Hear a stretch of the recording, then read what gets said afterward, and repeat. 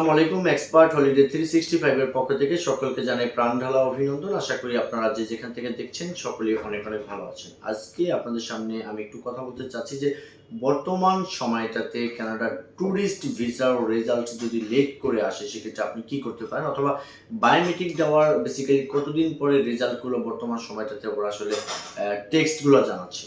তবে আলোচনা পূর্বে আন্তরিক রিকোয়েস্ট, চ্যানেলটি অবশ্যই সাবস্ক্রাইব করে রাখবেন যাতে করে পরবর্তী ভিডিওটা আপনারা খুব সহজে পেতে পারেন।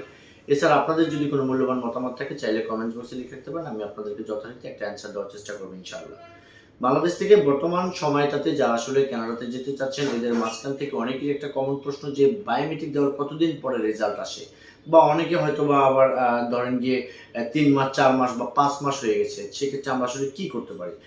বন্ধুরা, আমি আসলে প্রতিদিনই কানাডা ট্যুরিস্ট ভিসা নিয়ে আপনাদের সামনে কথা বলে থাকি। এই যে নানান ধরনের প্রশ্নগুলো, এগুলো আসলে যতটুকু আমি জানি লিগেলভাবে ততটুকু আপনাদেরকে আসলে বলার চেষ্টা করি। যারা আসলে এই চ্যানেলটা নিয়মিতভাবে দেখছেন তারা অনেকেই জানেন যে আমি আসলে এই রিলেটেড বিভিন্ন বিষয়ে আপনাদেরকে অবগত করতে থাকি, সেটা হচ্ছে একদম সঠিক সময়টাতে। যাই হোক, আজকের যে মূল আলোচনা সেটা হচ্ছে যে বায়োমেট্রিক আপনি যখনই দিবেন, বায়োমেট্রিক দেওয়ার ঠিক বর্তমান সময়টাতে যদি আপনি ডিউরেশন টাইম হিসাব করেন সেক্ষেত্রে কিন্তু 77 ডেজ অর্থাৎ 77 দিনের ভিতরে কিন্তু আসলে আপনার রেজাল্টটা আসার কথা, বা ম্যাক্সিমাম 95% লোকের কিন্তু সেটা চলে আসে।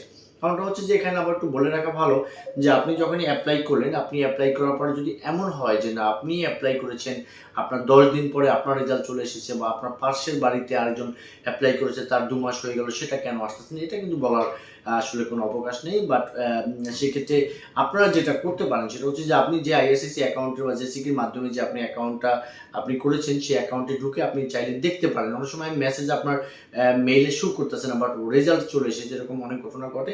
সেই দিক থেকে বিবেচনা করলে কিন্তু আসলে আপনি চাইলে আপনার অ্যাকাউন্ট খুলে দেখতে পারেন। আর পাশাপাশি যারা আসলে 1 মাস 1.5 মাস বা 2 মাস হয়ে গেছে তারা আসলে শঙ্কিত না হয়ে ওই যে 77 দিন যে টাইমটা, সেই টাইম পর্যন্ত আপনারা একটু ওয়েট করেন। এই ওয়েট করলে কিন্তু আসলে এর মাঝে আপনাদের একটা রেজাল্ট চলে আসবে, সেটা ভিসা হোক আর না হোক, অবশ্যই একটা রেজাল্ট সেটা আসবে।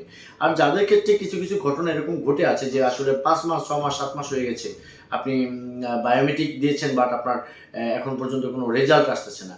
এটা দুটো কারণ হতে পারে এই রেজাল্টটা আপনার কাছে মনে হয় যে আপনার আসতেছে না। একটা হচ্ছে যে আপনি হয়তোবা অনেক ট্রাভেলস বা অনেক এজেন্ট বা অনেক গ্রামে বা বিভিন্ন লেভেলে যারা আসলে এই রিলেটেড কাজগুলো করে থাকেন, হয়তো তারা আপনার রেজাল্ট পেয়ে গেছে, বাট আপনার কাছ থেকে তারা একটা বেশি অ্যামাউন্টের টাকা নিয়ে গেছে, বা রেজাল্ট আসার পরেও হয়তো তারা বলছে যে না আসেনি।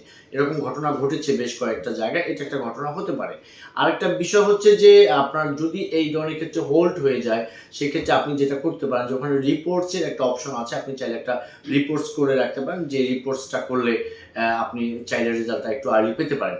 পাশাপাশি যদি তাতেও যদি আপনাদের মানে মনের আত্মসন্তুষ্ট আপনারা যদি সেক্ষেত্রে যদি আপনার না হয়, সেই ক্ষেত্রে আপনি যেটা করবেন সেটা হচ্ছে যে আপনি চাইলে নতুন করে একটা অ্যাপ্লাই করতে পারেন। যদি সেম মেল দিয়ে যদি আপনি অ্যাপ্লাই করে থাকেন তাহলে কিন্তু পিছনের যে আইআরসিসি বা জেসিকি করা ছিল সেটা কিন্তু অটোমেটিকলি ক্যান্সেল হয়ে যাবে, সেটা নিয়ে কোনো সমস্যা নেই।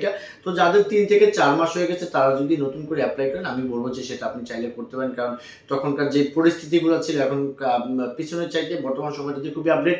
এবং যারা 90 দিন হয়নি তারা দয়া করে অবশ্যই অপেক্ষা করুন, অথবা যারা আসলে 5 মাস 7 মাস 8 মাস হয়ে গেছে বলছেন আসতেছে না, তারা আইআরসিসি যে জেসিকি যে ইউজার নেম আইডি ওটার সাথে আপনি অ্যাকাউন্টে ঢুকে দেন কিন্তু আসলে আপনি আপনার রিয়েল ইনফরমেশনটা একটু জেনে নিতে পারেন। তো যাই হোক বন্ধুরা, আপনাদেরকে বিভিন্নভাবে বোঝানোর চেষ্টা করলাম বায়োমেট্রিকটা দেওয়ার পর আসলে পরিস্থিতিটা এরকম হলে আপনি কি করতে পারেন। তো স্ক্রিনে দেওয়া নাম্বারে চাইলে যোগাযোগ করতে পারেন এই রিলেটেড কোনো পরামর্শের জন্য। And then Canada tourist visa file support বা অ্যাপয়েন্টমেন্ট ডেট নেওয়া, ইনভাইটেশন, ডকুমেন্টস সাপোর্ট, এই রিলেটেড যদি কোনো কাজ আপনাদের প্রয়োজন বোধ করেন সেক্ষেত্রে ডিসক্রিপশন বক্সে আমাদের অফিস অ্যাড্রেস দেওয়া হলে সরাসরি আমাদের সাথে যোগাযোগ করতে পারেন। আমরা আপনাদেরকে একটা অ্যান্সার দেওয়ার চেষ্টা করব ইনশাআল্লাহ।